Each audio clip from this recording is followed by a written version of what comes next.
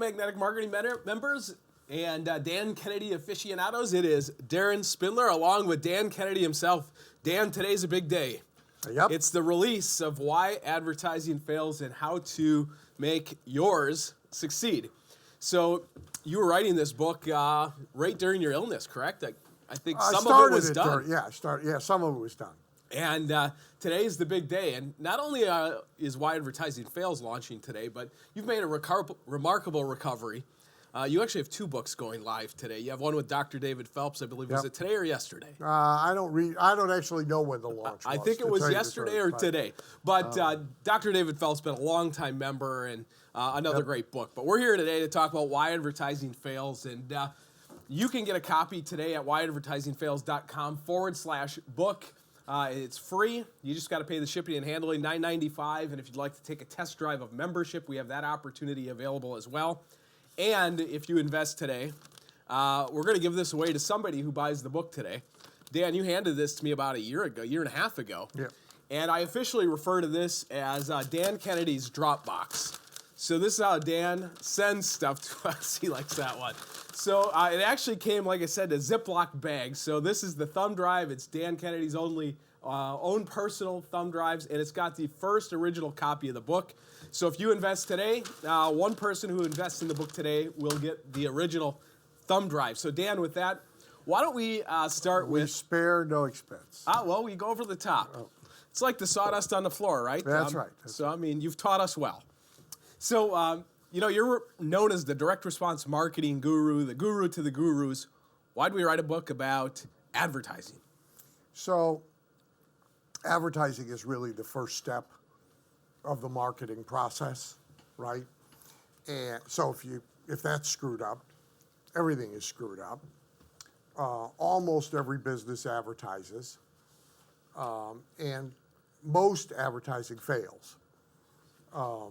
Some of it, nobody knows that it's failing, either by intent or by inability to measure what it is that they are doing. But a lot of advertising, the business owner recognizes he's not getting the results that he wants and really does not know why.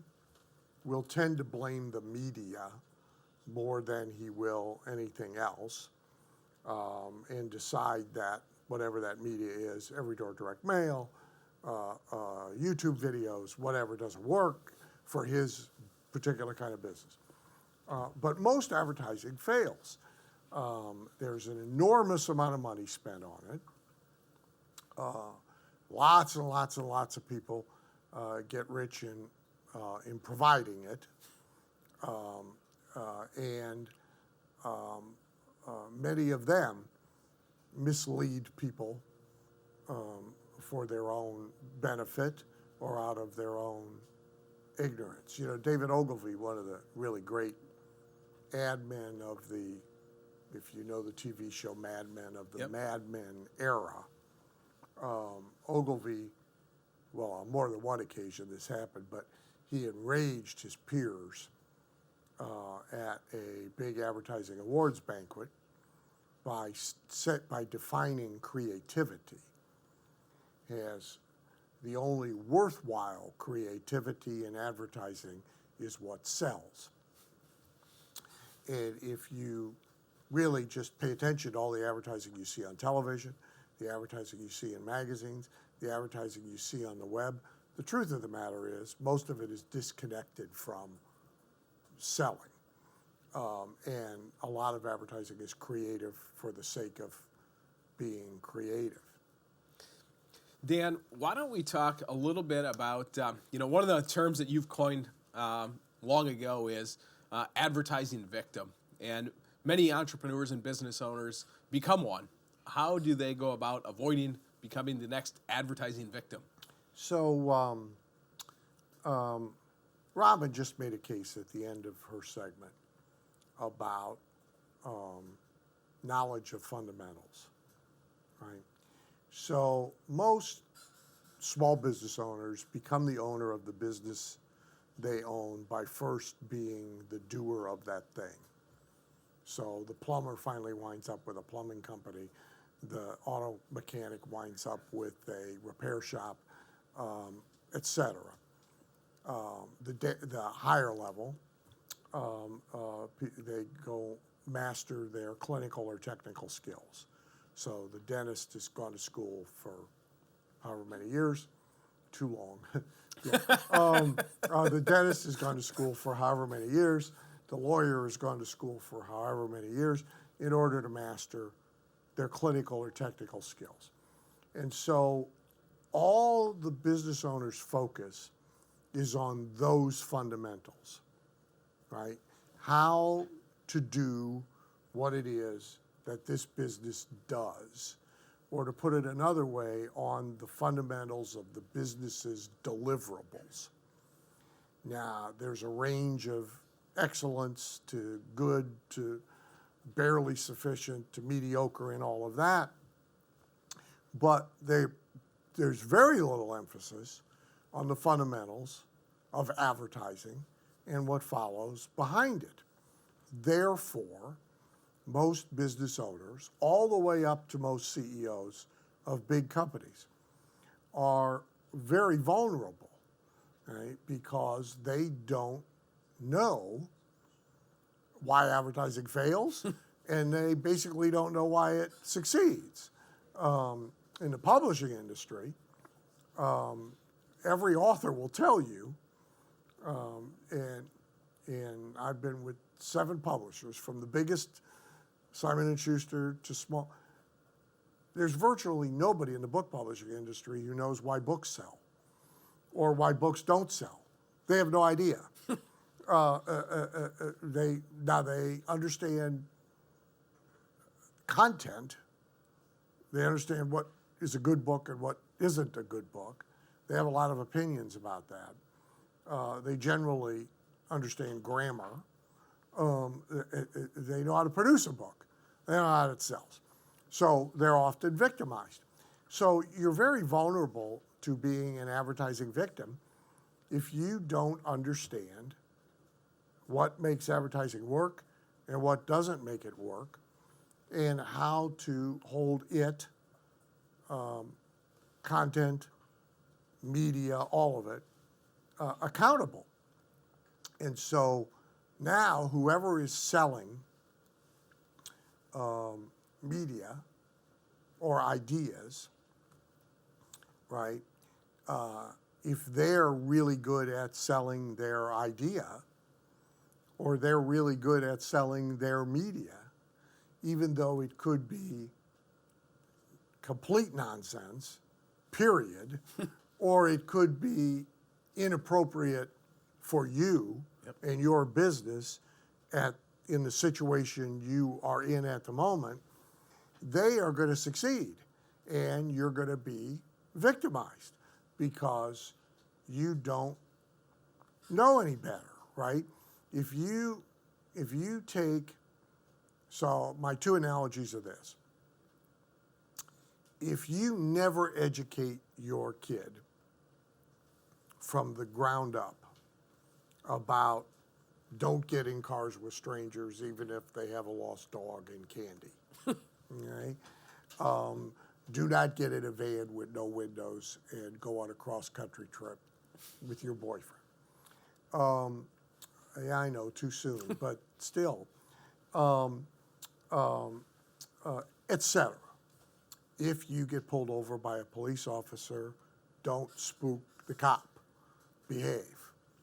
Hands on the wheel, window down, wait to go get the thing out of the glove compartment until he's there. All right. If you don't do this education and you now send the kid out into the forest, the kid is going to get victimized because he doesn't know any better, right?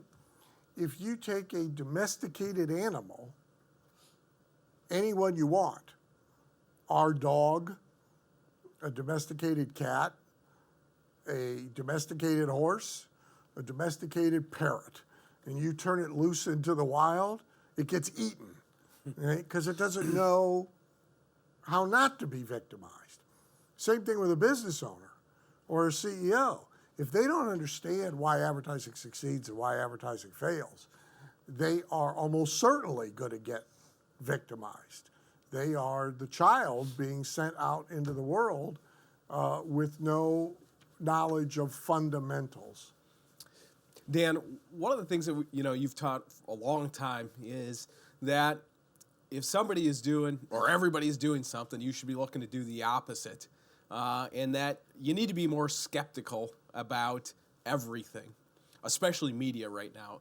Can you talk a little bit about this? Well, so advertising is often driven by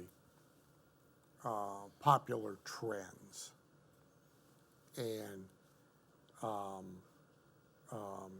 monkey see, monkey do, simplicity. So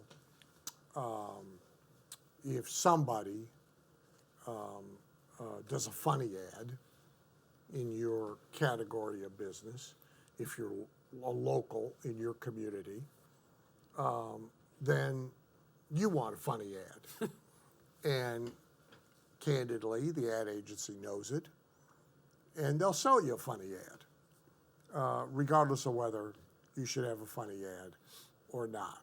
We had a whole period of time in the 80s and 90s in the auto business where almost every market had a funny auto dealer. They were all derivative of a guy named Cal Worthington in Southern California. And Cal did his own commercials with a big cowboy hat and goofy stuff, animals. And, if you find a better price than we give you, I'll eat a bug. and Cal Worthington sold a ton of cars. So simplistically, car dealers all across the country decided he was selling a ton of cars because of his goofy ads. Of course, was a whole complex collection of reasons why Cal was the number one auto dealer in California. But so all across the country, you saw copycats of these ads. In Phoenix, where I lived, we had a guy named Tex Earnhardt. And Tex rode a bull, like the bull I'm on the picture of. And Tex's TV commercial was, he's sitting on this giant bull. And one thing you won't find at a Tex Earnhardt dealership is bull. And, and everybody got the joke. It was funny, But agencies sold this to car dealers all across the country based on a couple of examples, right? So that happens, right? Advertising media gets sold to people again by monkey see, monkey do, right? In an industry or in a community, in a peer community of some kind. The industry you're in, the local competitive environment you're in, people start using whatever. Right? So they start doing Facebook Live. And they start doing Facebook Live, 3 times a week. Pretty soon, somebody is saying to all their competitors, you gotta do this too. And everybody goes, well, okay, right? It's the way all media has been sold. It's the worst reason of all to buy media, but so when Yellow Pages was really popular, 90% of the advertisers bought Yellow Pages advertising because their competitors did. They didn't have any other rationale for doing it in reality.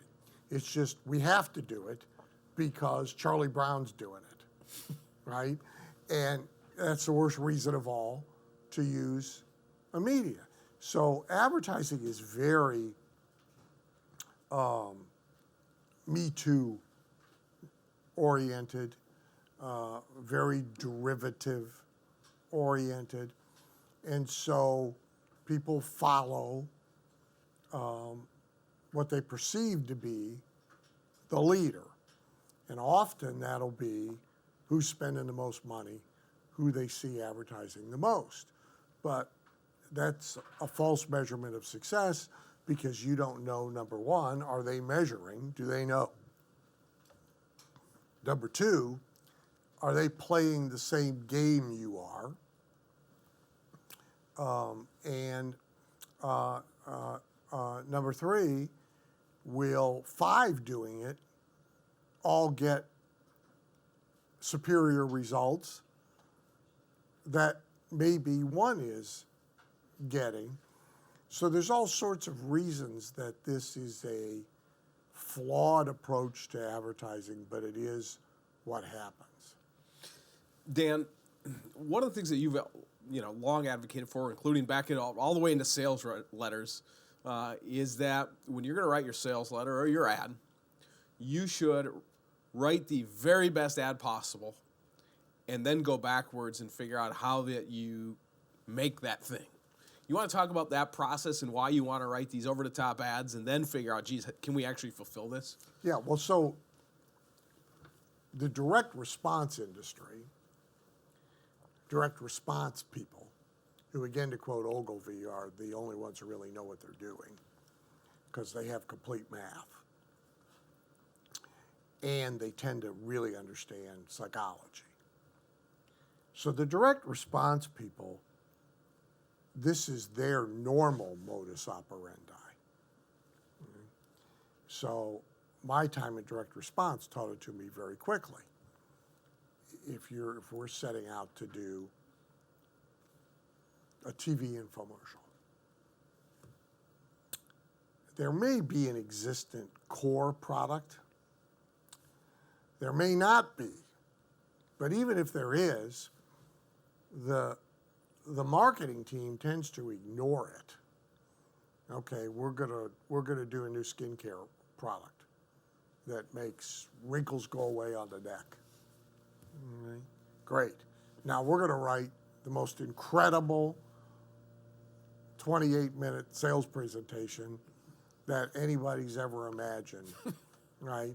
And then we're going to turn around to the product people and say, here, figure out how to match this. That's actually the norm in direct response. It's not the norm anywhere else, right? The norm anywhere else is the author goes and writes his book that he thinks is an important and great book. And he spends 2 years writing his book. And then he finally gets around to the pregnant question of how in the devil are we going to sell these things? And now he takes the finished thing to an ad agency, a marketing agency, a PR agency, and they start from being stuck with what he built, having no real regard for what does the market want, what's an underserved need, what will resonate with people. That's not what he did. The same thing's true of every product, right? In every product category.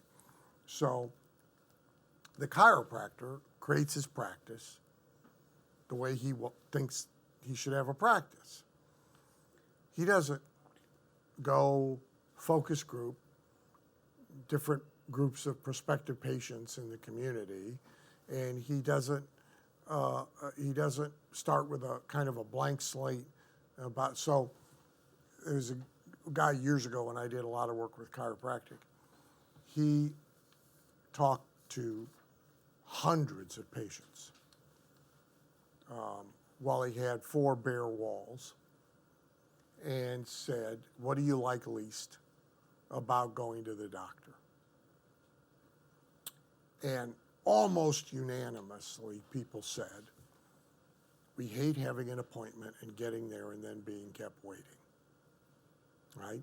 It pisses people off, right? And the more affluent they are, the madder they are because their time has value.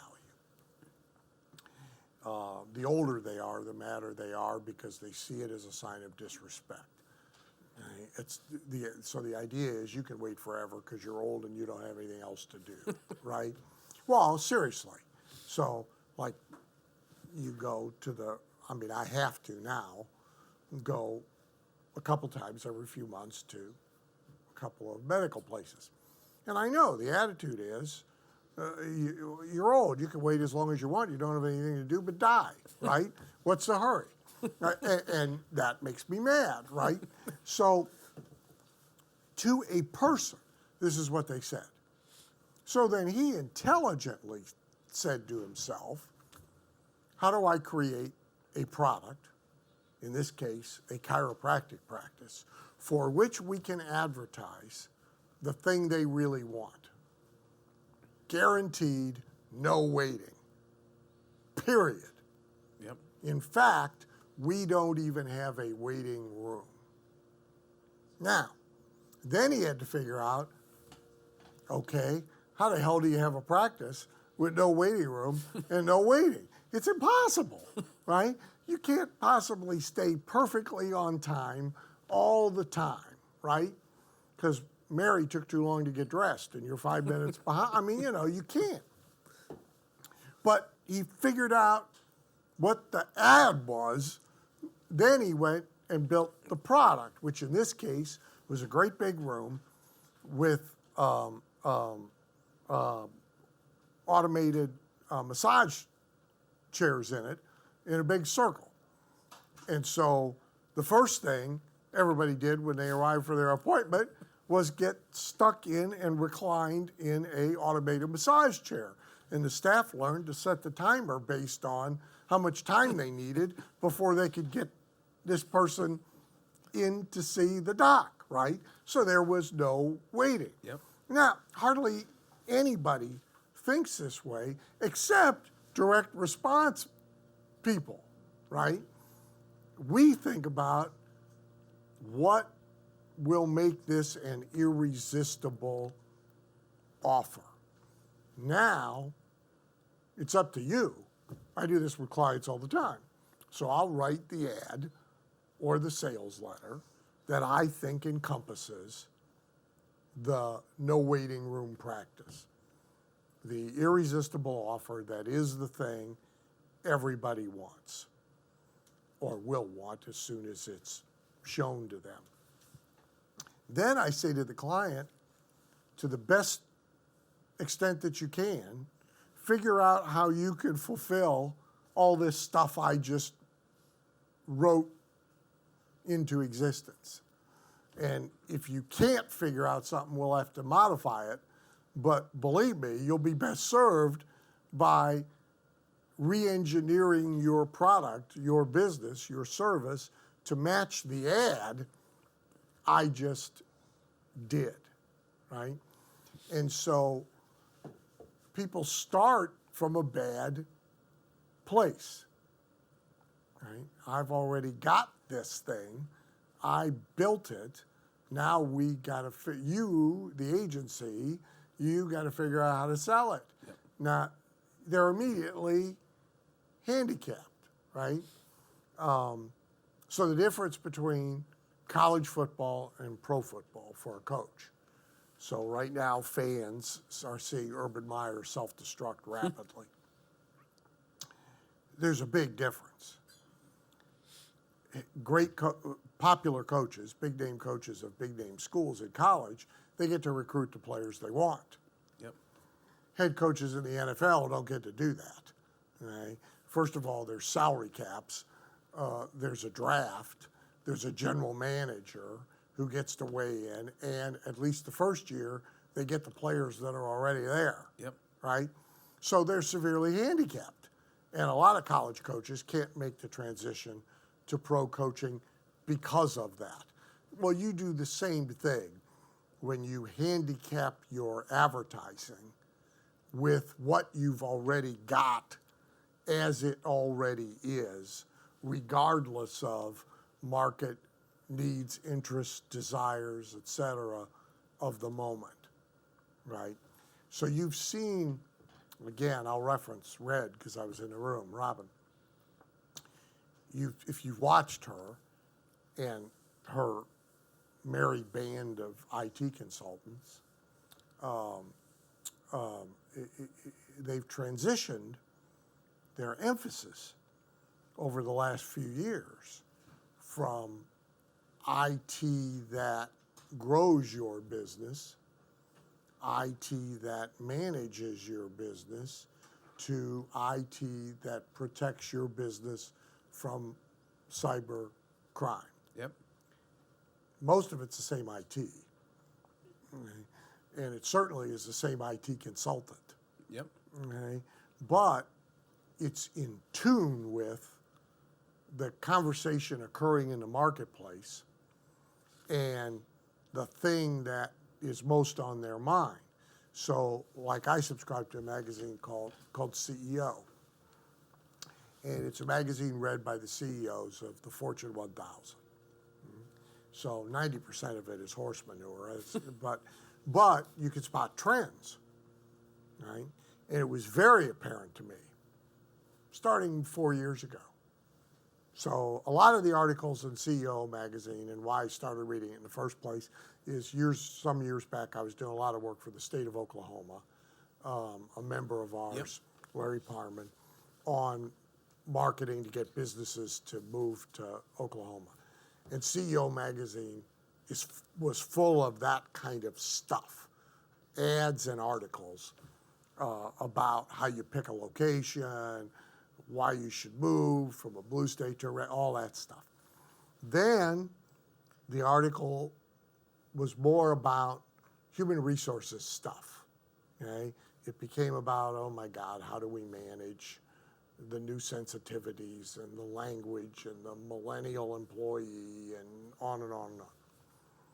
Then it became, how do we handle cybercrime? Because our humans are idiots, so they can be, they can be caused to open the door, and we got everybody else's data. We don't just have our own. So this became the thing, right?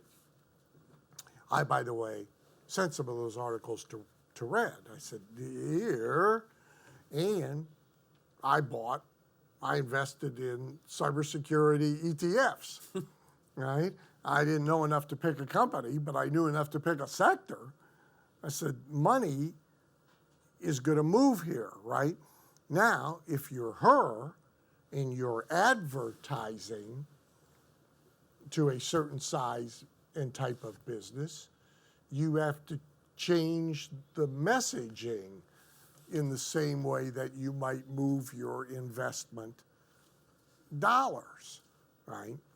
I literally moved money out of sales automation investments into cybersecurity investments. And I did a lot better because that's where attention was and that's where money was going. So most people's advertising is handicapped and restricted and boxed in by the thing they've already got to sell, and it's status quo, what it is and the way it is. Dan, why don't we talk a little bit about sweating the small stuff and all the details that go into advertising. In your no BS, ruthless management of people and profits, you talk a lot about the details and sweating small stuff. How does that apply to what we do in our advertising? So generally, one of the worst books ever written is titled Don't Sweat the Small Stuff. Immensely popular at its time. And popular for an obvious reason. Oh, great, I could be successful and ignore all the details. Terrific, right? Well, who wouldn't want to do that, right? However, you ain't going to find a highly successful person or a highly successful business who is adhering to that philosophy in any aspect of what they're doing, particularly when they're spending money. So advertising costs money.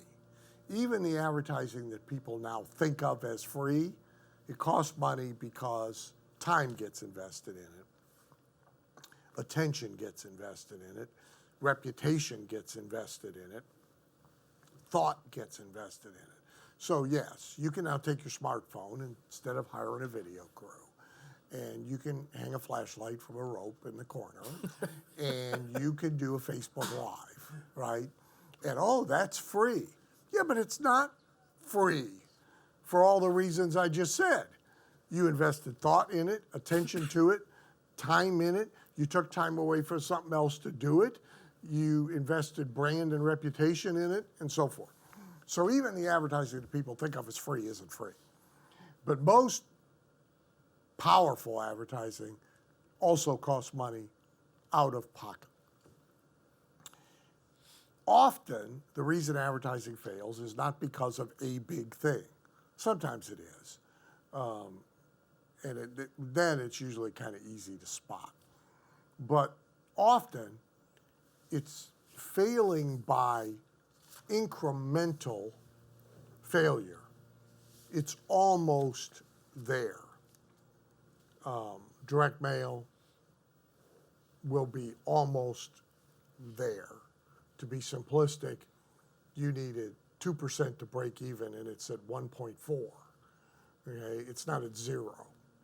Right? It's, by the way, it's very hard to zero. You have to work at it. A print ad that costs $35,000 and returns $22,000. For many people, that would be a failure, but it's closer to where it needs to be than it is to 0, right? So now it's probably about a combination of little things within the ad as well as around the ad that are going to make the difference. So you are eking out the success you want by the little stuff that is incremental. So in a business, if you think about it, so let's take the seminar business, right? If you really do the math, the first, let's say there's going to be 1,000 people in the room. Roughly the first 300 in the room, you probably lost money getting them there. All your advertising expense, all your marketing expense got you the 300. The next 300, you're now starting to be profitable. It's the last 300 where all the profit is, because you've already absorbed all your costs of sale. So if you don't do all the little stuff to get the last 300, the last 30, for heaven's sakes, right? So really the same thing is true with advertising. It's about incremental. I mean, I can tell you, I spent 15 years doing a lot of work in the TV infomercial business. And yes, the broad architecture is pretty formulaic and it's easily observable. But it is time and space limited. You only have 28 minutes and 30 seconds. And one way or another, it's divided into 3 segments with the call to action in between. Now, you got 8 people sitting in a small editing room with leftover pizza and beer and sweat smell, debating over whether we leave these 3 words in or we clip her comment by these 3 words in order to gain the 12 seconds we need to put this in that we want to put in. We are sitting there literally sweating, because most edit bays are sweat boxes, literally sweating milliseconds.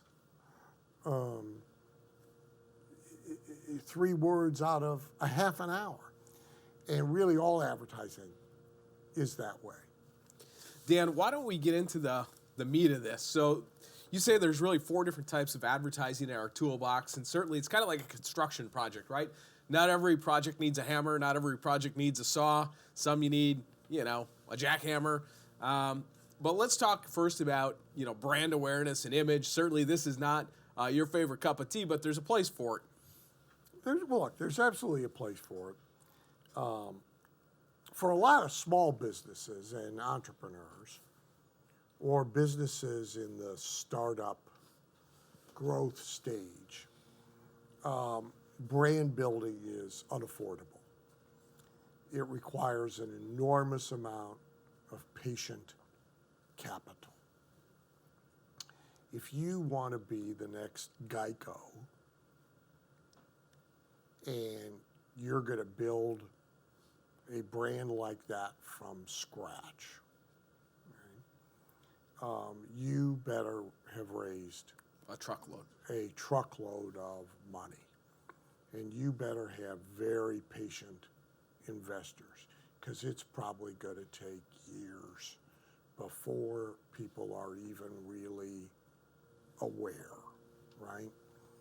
And so you see companies untuck it, right? So the shirt for people that want to be slobs but don't want to be characterized as slobs, right? That's what this is. So he's trying to build a brand, but he is doing it as a byproduct of direct response. So they're offsetting at least some of the cost of making that brand and its concept known by driving people to a website to directly buy shirts, by mailing out catalogs to directly sell shirts, to opening brick and mortar locations of their own to directly sell shirts. So for many businesses, traditional Madison Avenue brand building advertising is unaffordable. Like if you look at Ogilvy's career, the Hathaway shirt brand development, you will probably be in bankruptcy court if you try and follow that model.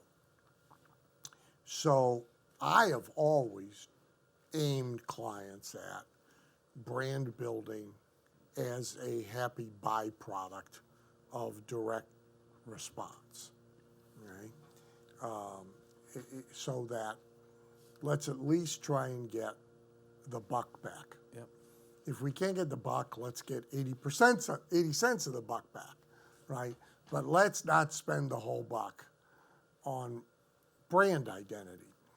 And sometimes brand building gets in the way of sales results. And now you have a conflict you have to resolve in your own mind, your own objectives, and your own available capital, because it can be a distraction, right? I did a Beat the Control for Weight Watchers years ago. And Weight Watchers is the most recognized brand in weight loss. Today, it and Nutrisystems are probably ipso. But if you ask people to name 3 diets, most people are going to include Weight Watchers. Certainly if they're over the age of 40, they're going to say Weight Watchers as one of the 3. So the brand identity is well established. The bad news is that a lot of people attach facts that they believe are facts to that brand. So then if you ask somebody that names it, well, tell me something about it, they'll all sort of tell you the same stuff. Okay? It's the only one that works, but it's really, really hard. And you got to count stuff, and I don't like to count. And you got to go to meetings, and you got to get weighed in front of other people, right? So now the brand gets in the way of the best ad you could possibly create, right? I mean, I knew that. So one of the very first things I did in my direct mail campaign against their existent direct mail campaign and their agency's new direct mail campaign is I buried the brand. Right? You found out I was talking to you about Weight Watchers on page 12, right? And I hid it, right? And I won, but then it never got used beyond the test because the board had to see it, and they all, had conniptions because where's the brand, right? We need to have the brand on everything. And that happens in a lot of niches with a lot of companies and with a lot of businesses. And so it can even be a conflict problem that you have to resolve. Awareness advertising is a little bit different because awareness advertising can be tied to brand or not tied to brand.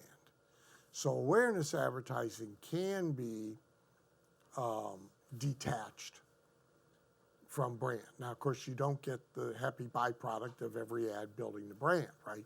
But so if you take Bob Stupak's Vegas World, which was built with pure direct response advertising, selling a vacation package, it crossed a Rubicon where its direct response had actually established a brand. A lot of people recognized the name Vegas World, they recognized the name Bob Stupak, and now they knew things about it, some of which were not terrific. And so Bob would often also run unbranded awareness advertising, right? California papers. Before you come to Vegas the next time, did you know that you can get over $1,000 worth of free shit from the casinos just by asking for it? Okay? Call this free recorded message for the secret, right? And now he would drive response in a way that, a different kind of response than a brand disclosure ad might get. Dan, why don't we talk about the second, type, which is the one-step sale for the buy now customer, and then let's talk about integration of calls to action for information, so that you kind of bridge the gap and you're not leaving behind some of the people who aren't buy now. Well, so another reason that, and Robin actually mentioned it too. Yeah.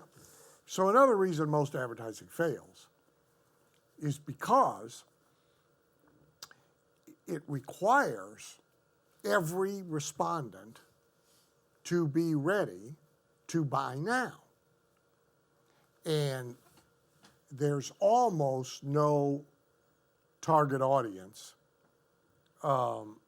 where everybody is ready to buy this weekend. And there is almost no media that reaches only people who are ready to buy this weekend. So you have a waste factor. So your ad may be terrific, right? Ogilvy and Leo Burnett and Halbert all came back from the grave and wrote your ad. It's spectacular.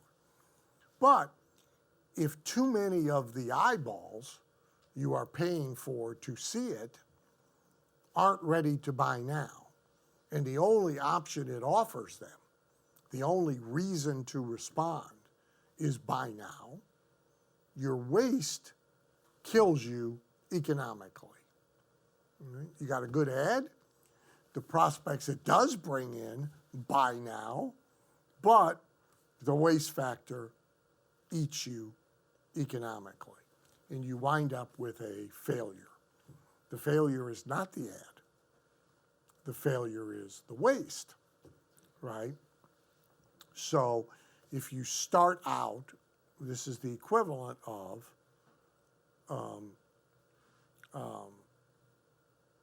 taking a $20 bill out of your pocket and ripping it into 3 pieces and getting in a poker game and only using 1/3 of it, right? You're probably going to be in trouble, right? So one-step advertising, it has its place. It can work, but you see the majority of advertising built this way more out of ignorance and sloth than, and copycatism, this is the way things are done in our business, than out of split-tested results and mathematical analysis, right? So at bare minimum, which again Robin described, I will usually drive a client into at least a secondary reason you might respond to us if you are not ready to buy right now. That usually is an information offer. Not always, but it can be.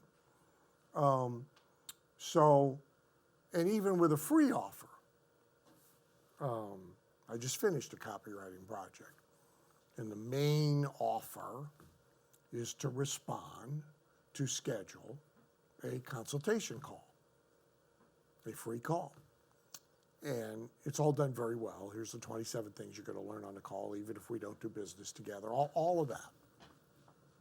However, you got to be pretty close to ready to buy now to respond to a free consultation offer. Mm-hmm. So like you see most practices, again, a chiropractic practice, certainly in the late 70s and the 80s, the offer was free exam, free x-rays. Well, you got to be pretty far along, Yep. right, Yep. to decide to, or you got to be in just crippling pain, right? Yep. You got to be a buy now patient, right? You got to be at the point of, okay, I'm going to go in there and I'm going to get an exam. And if it shows that I got the problem I think I got, I'm buying, right? Well, that leaves out a ton Yep. of people. So I will almost always do the secondary offer, which in the case I just described to you is, if you're not ready to have this consultation call, at least let us send you our free book, blah, blah, blah, blah, blah, blah, blah, right? Then, in the sequence, a third option will be raised. If you won't even let us send you the free book, at least go watch this 7-minute video, okay, where you will see a CEO just like you talking about their experience. You don't have to log on to see it. Nobody captures your email. Nobody's going to follow up. Just go watch it. Right? And so we will step down and allow you to have a reason to respond even though you're not yet close to buying now. If you follow our guys in the mattress industry, Yep. Jeff G. Yep. Well, You know, the mattress industry is all about buy now offers only. This weekend is the sale of the century because it's Ben Franklin's birthday or it's National Pigeon Month or whatever the hell it is. And this is the sale of the century, and prices will never be so low, and you can have 184 monthly payments with no interest, which, by the way, if you need 184 payments to buy a mattress, the mattress is not going to give you a good night's sleep. You got bigger problems. But and so all the advertising is that. There's never even a secondary offer of, hey, let us send you the free book on 21 things you can do to get a better night's sleep without buying a new mattress. Yep. Right? And there's certainly never an alternative offer of don't come in. That's not what we're talking about here. You should go watch our video. Well, it's interesting, right? So Jeff does have a book, right? And they got a short book. A couple months back, I included in the newsletter actually an example of an ad from a mattress company, which actually was in Naples. And as soon as I saw the ad, the first person I thought about is Jeff. And I said, Jeff, are these people your clients? He said, yes, they've been a long-time client and easy to spot our people, right? Like, so, you know, the offer was sale of the century, but down here it said, you know, if you need a better night's sleep, I can't remember exactly what it was, go to our website or come in the store and we'll give you our free book. And then the other one that's interesting, there's a gentleman, I think I just shared it maybe a month or two ago in the newsletter, Cornerstone Kitchens, they're in Naples, Southwest Florida. Guy came down from New York or New Jersey, started with one little shop. The guy's got an enormous business now, but he's running ads. Beautifully done, about dovetail joints and like just shows the craftsmanship of it, all done in-house. But he said, if you're not ready, go to our website and get the 21 questions or 10 questions you must ask any kitchen remodeler before you make a risky investment, blah, blah, blah. And the guy's built an enormous company with that ad. So I had to, some months ago, I can't handle big staircases. It's one of the remaining, little handicaps I have. I have enough of a balance issue that going up or down a big staircase is not a smart thing for me to do. I mean, I can do it, but it's dumb, right? So I'm getting a stair lift. I ain't happy about it, but the alternative is worse. So I'm getting a stair lift. So I call the guys advertising on TV who are offering the free guide, buyer's guide to stair lifts, okay? And, but I'm a buy now guy. So that doesn't stop me, right? I'm like, you don't need to send me the guide. You need to send me a guide, right? And I don't give a shit how much it costs, and I want it installed on Tuesday. I'm a buy now guy, right? It doesn't get in my way. But imagine if their advertising was only for me. So how many other people are evolving towards that situation, that purchase? And they are not anywhere near ready to act, okay? You don't get to start a conversation with them. You don't get to put them in a funnel. You don't get to hover. You don't need to educate them. You don't get to step in front of competition. Now, who they buy from is random, okay? Because they're going to buy when they're ready to buy now from pretty much whoever pops up in their face at that moment, okay? Whereas you can take it out of random and you can control it. And you can have, I've always called them pipelines, so you can have a bunch of people now who come to you who are ready to buy now as a result of your advertising. You can have some other people in the pipeline who are 30 days away, some other people who are 60 days away, some other people who are 90 days away. And why wouldn't you want that for the same ad dollar, right? And if you don't have that, often the advertising fails financially when the ad did not fail, the ad campaign did not fail from an effectiveness standpoint. It failed because of the waste. Dan, why don't we touch a little bit more on the third type, which is lead generation, multi-step with branded versus unbranded. I know you touched on it a little bit with Stupak, but why don't we talk about what's the difference for branded versus unbranded, and where is it appropriate versus, and why do you want to do both types? Well, so, and some will run both branded and unbranded campaigns in the same media at the same time, right? Meaning they'll have an ad that's full-blown branded, Full-blown branded, and they'll have one another that's ad that's direct blind. response that's totally blind and a totally phone number, blind. and there's nothing. That's exactly right. And that's almost always where there is a relatively mature or known brand. Because almost every brand, when it is known and people in a target market recognize it, they also have a bias about it. They have a understanding that they think of. So I've had to reinvent and do blind campaigns for years for a client of mine, Craig Proctor, in the real estate niche.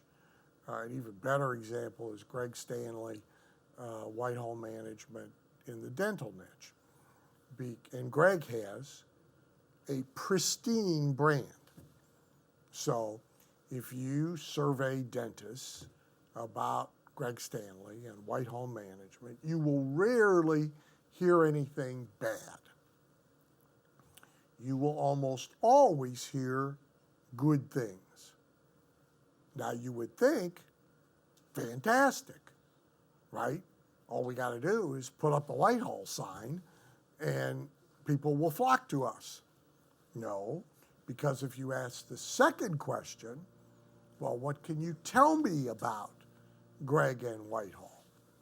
They would say to you, the very first time I had to deal with this for Greg, they would say to you, well, Greg's the guy who tells you you got to get your office overhead below 50%, right? You've got to have a staff incentive program with different incentives for different staff members depending on their purpose. which is complicated. You've got to take money off the top of every dollar that comes to you and invest it in municipal bonds. So there's 5 things, okay? And they can all name the 5 things. Therefore, why come to a Whitehall seminar? They think they already know the seminar. They don't have anything bad to say about it. They don't have any curiosity about it either, right? They think they already know it. So now the brand is in the way, despite the fact that it's a very good brand. Now, an unbranded ad, right, that can be made to structure a particular promise, that now draws in people who would not respond to the branded ad, and now you stick them in a funnel, you begin a communication process with them, and you have an opportunity, right? Sometimes there's a brand that has a less pristine reputation, and to a significant segment of a market, there's bad things thought about it that are erroneous. You won't fix that perception in a single ad. But if you have an opportunity to communicate with a big box of stuff, with a series of communications, etc., you have an opportunity to fix it. So your unbranded ad will again bring you the leads who want the solution you have, who would not respond if they heard the brand ahead of the message. So sometimes in lead generation, you'll use one, you'll use the other, you'll use them in rotation, you'll even use them literally side by side. Now, the thing about lead generation advertising, and you're probably going to ask about it later, but so the main reason lead generation advertising fails, one, it gets ahead of itself, meaning it tries to start selling rather than just generating a qualified lead. And the even bigger reason it fails is because it dumps leads into chaos. So it generates leads, but then it dumps them into chaos. There is no real system for sorting, qualifying, differential messaging to different leads within the lead population, organized follow-up, etc. So it dumps them into absolute chaos. And the advertising gets blamed because ultimately prospects don't convert and the cost per sale is too high. The cost per lead was okay, but the cost per sale is no good. Well, that's not the ad's fault, right? That's now what happens to the lead after the lead is generated's fault. Dan, why don't we talk a little bit about the hybrid model, which is the fourth and final one. And, in some cases, the mothership, there might be a corporate entity, they're doing some branded stuff, but at a local level franchise, they might be doing some direct response stuff. How does this work together? They better be. Look, the bigger the corporation, the dumber it is, generally, and when it comes to advertising. And about the only time it gets smart is for short periods of time under extreme duress, right? So, and part of that is because the big corporate entity, the mothership, if you will, has an entirely different agenda than does the local business owner, right? They may be publicly traded, so they have Wall Street perceptions to care about. They may be in a group of industry peers that they care about their opinions. So there's all these constituencies that they are more concerned about than the buyer. And so the buyer has to take a back seat to what else they feel they need to accomplish with their advertising. It's why it's very hard to get big corporations to do direct response, and corporations that get built from small to big tend to abandon it. Okay? I had a client for a number of years, built literally from zero to $1 billion through hardcore direct response. The wheels have fallen off the bus. Yeah, the last few years before its sale, the wheels were sort of taken off the bus so as not to scare buyers away. And as soon as a big dumb company got their paws on it, the first thing they did is undo the remaining direct response stuff that made it work. So the local franchise owner, the Subway owner, the Miracle Ear Center operator, the Cool Sculpting, not franchisee, but Licensee. et cetera, they cannot just replicate the national advertising with a band at the bottom of it with their identity. You'll find it amusing because the proactive problem, the cool sculpting people do the same. Of course. Not an actual client, right across the testimonial photo. Of course. So why not go get an actual client, you dumbasses? I mean, rather than have to say that, Yeah, right? exactly. But see, the key word, though, is dumbasses, right?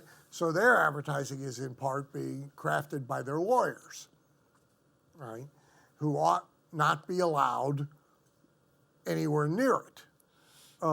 So you will see this dichotomy, and it's necessary. And at the local level, for example, there's a lot of things the local business can do that, to be fair, the national company really can't. My No BS Grassroots Marketing book is really all about that, right?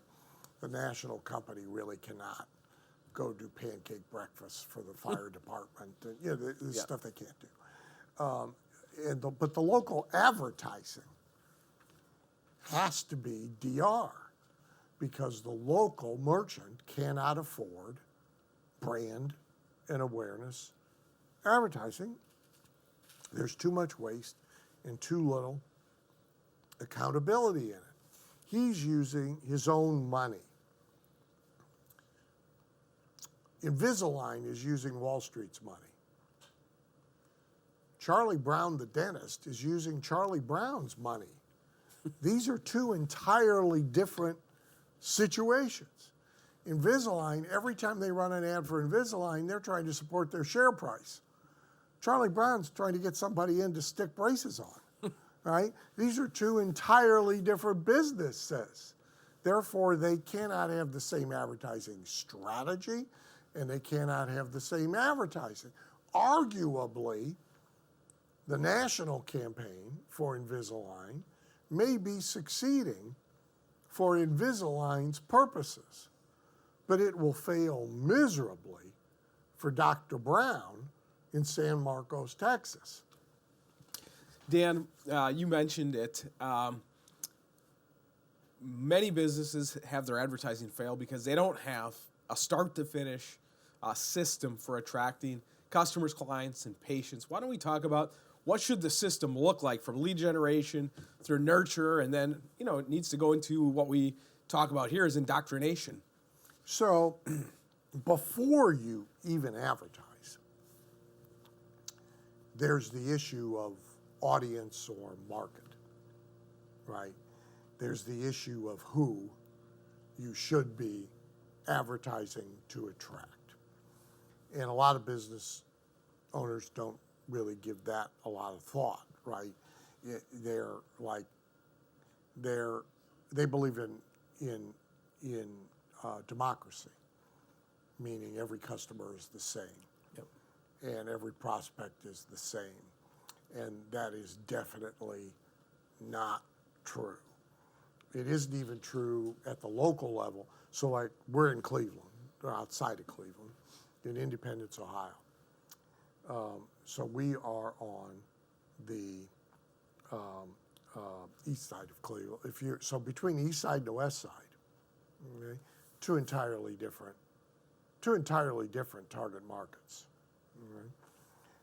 We're very big on ethnic neighborhoods.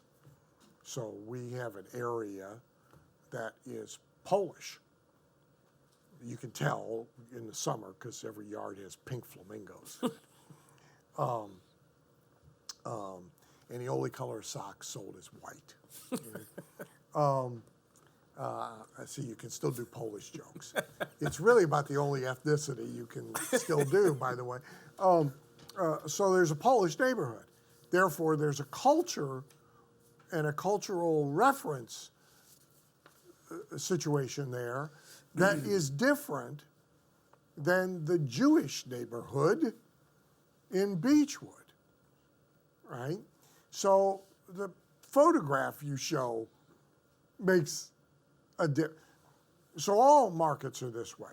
So even before you advertise, you really got to give some thought to who you're advertising to, who you should be advertising to, the dog whistles you're going to embed, who you want to attract, and perhaps who you don't want to. So that's before we even get to ads and advertising. Then advertising, except for one step, buy now, customers only, come in this weekend and buy. Advertising never completes a sale. Advertising starts a sale. Therefore, advertising is dependent on everything that happens behind it after someone reacts to it and responds to it for it to succeed or fail. So the phone script, if there's a phone number in the ad that I can call, the phone script now is going to have a determinate effect on whether the ad is judged a failure or a success. The voice of the person who answers the phone is going to have a material effect. Now, at a local level in small business, some of this is statistically insignificant. You wouldn't be able to measure it. In a bigger ad campaign in business, believe me, you can measure it. I mean, it's there. And just because it is statistically insignificant, a bunch of these little things, again, added together, become statistically significant as a whole, right? So now, what happens when the person drives to the business? Affects whether the ad is judged a success or not. Is the parking lot clean or dirty? Is it well lit or not well lit? Is it empty? No good. No good. High anxiety, right? If you got to go rent cars and move them around, that's what you do, but the parking lot's got to be busy, et cetera, et cetera, et cetera, right? So that's sort of the experience aspect of this.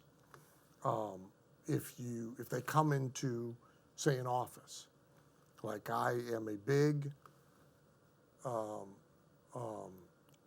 a pet peeve is, and it surfaces, geez, I don't know, I've fought it off 3 or 4 times in Cairo, where the trend is to dress the staff in logo polo shirts in the professional practice. Well, that's a Subway artist, right? That's fast food. That's not somebody I want solving. That's not my idea of a healthcare professional. I watch television. Okay? Healthcare professionals have suits and ties and white jackets and little badges and stethoscopes, yep. Right? And the fact that a chiropractor never uses a stethoscope is irrelevant. He should have one around his neck anyway. So that's the experiential, factor. that now all slops backward onto, did your ad campaign succeed or not? Then there's the marketing that you alluded to of a whole issue of how is the person who raised their hand and expressed interest. However they did that, they called, they went and visited a website, they walked in and walked around and looked. However it is that they expressed interest, how are they handled now after that moment, right? And is there a organized system for sifting and sorting? Because no matter how good a targeting job you do, they all won't be the same. For sifting and sorting and putting them into subgroups so that you talk to them differently. And then what do they get? What happens to them? Step 1, step 2, step 3, step 4. Is it consistent, right, in messaging and appearance and all of that? Is it persistent, right? And so if that is not organized and it is not thorough, right, then it will slop back on, and often the ad campaign itself will be blamed. And look, this can, even when it is set up right, which mostly it's not, of course, but even when it is set up right, it is very easy for it to fall into disrepair, even when it is owned by smart people, right? So I'll give you an example. And these people are really, really smart. I'm taking nothing away from them, and I mean zero disrespect. But 3 years ago, I guess now, I was called in to do some consulting for High Point University. The president and I have known each other since the beginning of time. Their marketing person and his assistant have grown fast. They were smart to start with, but now they are brilliant.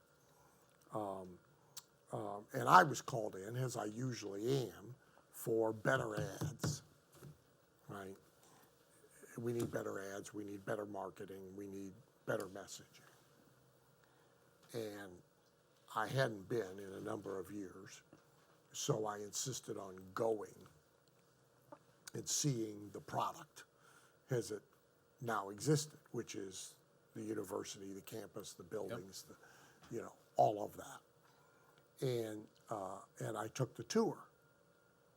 And the tour had a lot of flaws. Now, it was structured correctly. So again, the overall architecture was right, but man, there were some pieces within the architecture that had fallen into disrepair. There were problems that nobody was trying to solve, right? I, of course, said, this we got to fix, or the work I do over here is a bad investment, because A, I'm expensive. I'm not a cheap date. So you're going to invest a lot of money in me. Then you're going to invest a lot of money in implementing what I've done, and you're going to dump them into this part of your sales funnel that's broken, right? So everything matters, right? Everything matters. So Dan, why don't we take a short break? We'll be back in about 10 minutes, and we're going to start talking about the systems, because this is a huge piece, and take a few minutes to stretch, grab some more water, go to the restroom, grab a copy of the book, go to whyadvertisingfails.com/book.